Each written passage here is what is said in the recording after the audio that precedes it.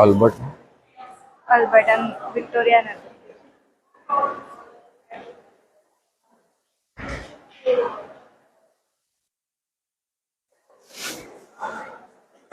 नमस्कार. आम्ही Albert and Victoria memorial म्युझियममध्ये उभा आहोत आता आणि खूपच मोठं हे म्युझियम आहे.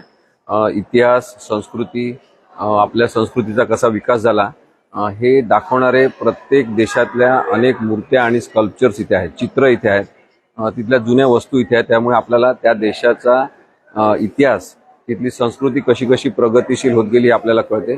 माझ्यासोबत आकांक्षा सुद्धा आहे आणि आम्ही आपल्याला भारताच्या संदर्भात किंवा महाराष्ट्राच्या संदर्भात एक महत्त्वाचा विषय जो आहे त्या संदर्भात आज सांगायसाठी इथे लंडनच्या या म्युझियममध्ये आणलेला आहे. तर आपण बघू की या म्युझियममध्ये काय काय आहे. स्कल्पचर्स जे आहेत ते अत्यंत सुंदर आहे आणि प्रत्यक्ष ते माणसं जिवंत आहेत असं वाटावं अशा प्रकारच्या या मूर्त्या आहेत.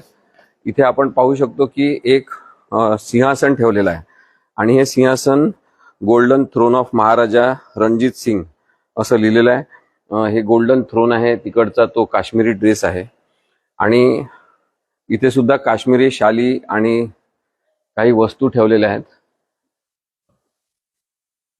संगीत आणि शास्त्रीय संगीत याबद्दलचे वाद्य सुद्धा आहेत. म्युझियम कशा पद्धतीने जतन केलं जाते हे आपल्याला इथे दिसते आणि हा कोपरा आपल्यासाठी सध्या महत्वाचा आहे. मुघल आणि मराठा साम्राज्याच्या दरम्यान जे काही लढाया झाल्या, युद्ध झाले, तेव्हा जे शस्त्रास्त्र वापरण्यात आले ते सगळे इथे ठेवलेले आहेत. त्यांचे काही प्रतीक इथे ठेवलेले आहेत, आपण पाहू शकतो. आणि सगळ्यात महत्वाचं आहे की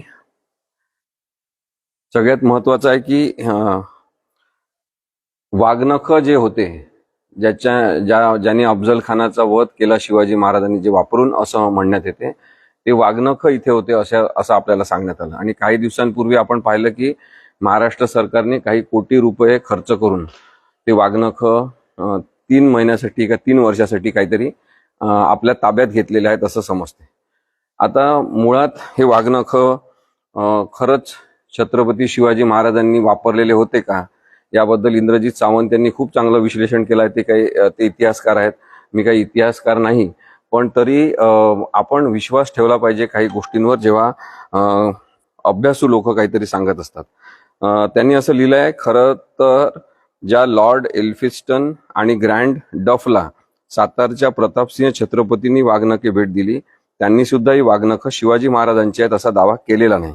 उलट शिवाजी महाराजांनी अफजल खान वधावेळी वापरलेलं वाघनख सातारा छत्रपतींकडे आहे असेच त्या प्रत्यक्षदर्शींनी लिहून ठेवले आहे. याच अस्सल वाघनखांसारखीच वाघनखं प्रतापसिंह महाराजांनी मला भेट दिली असेही एल्फिन्स्टन सारखा, ज्याने भारताचा इतिहास लिहिला, असा माणूस सांगतो.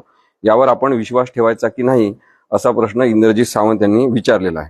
व्हिक्टोरिया अल्बर्ट म्युझियम की जे आजही त्यांनी त्या ठिकाणी वाघनखाचा जो माहितीचा फलक लावलेला आहे, ज्या शास्त्रीय भाषेत लेबल म्हटलं जातं, त्यावरही क्लेम असा शब्द आहे.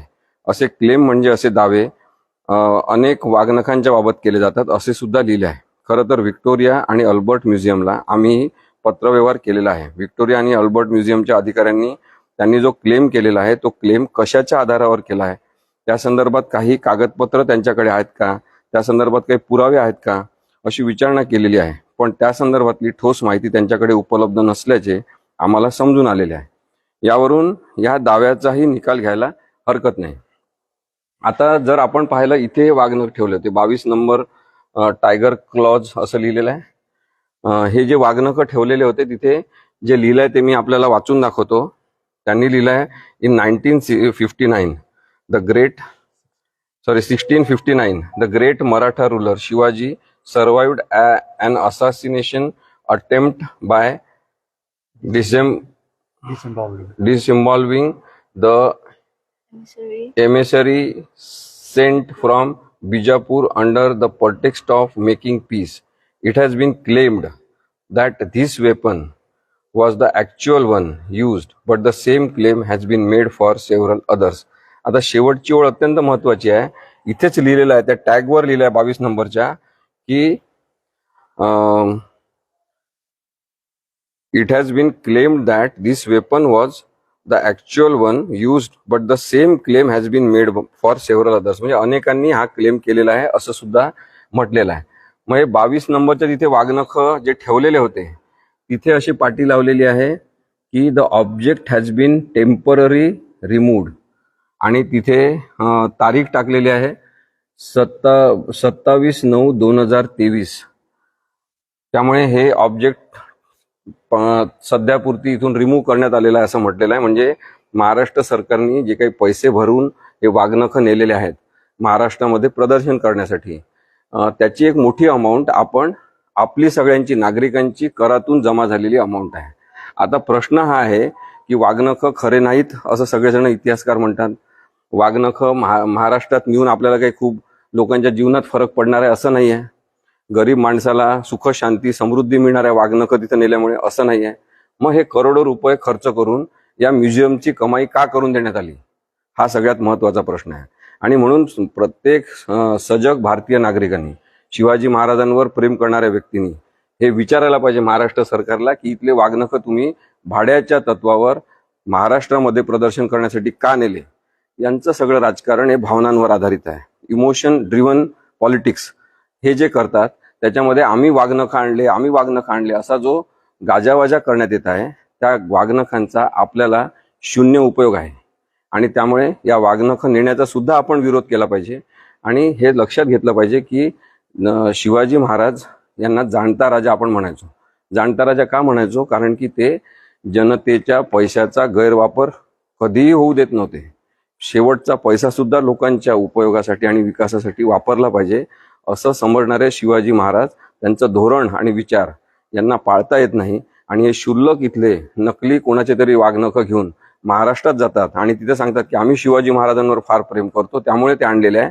ते विकत घेतले असते तर एकदा आपण समजू शकलो असतो. पण भाड्याने 3 वर्षासाठी इथून नेलेले आहे. त्याची एक मोठी अमाऊंट नागरिकांच्या करातून द्यावी लागलेली आहे. याचा आपण सगळ्यांनी निषेध केला पाहिजे आणि महाराष्ट्र सरकारला प्रश्न विचारला पाहिजे. अनेक जणांनी मला सांगितलं न्यायालयात केस करा. यांच्यावर करू शकतो आपण, परंतु किती केसेस करणार.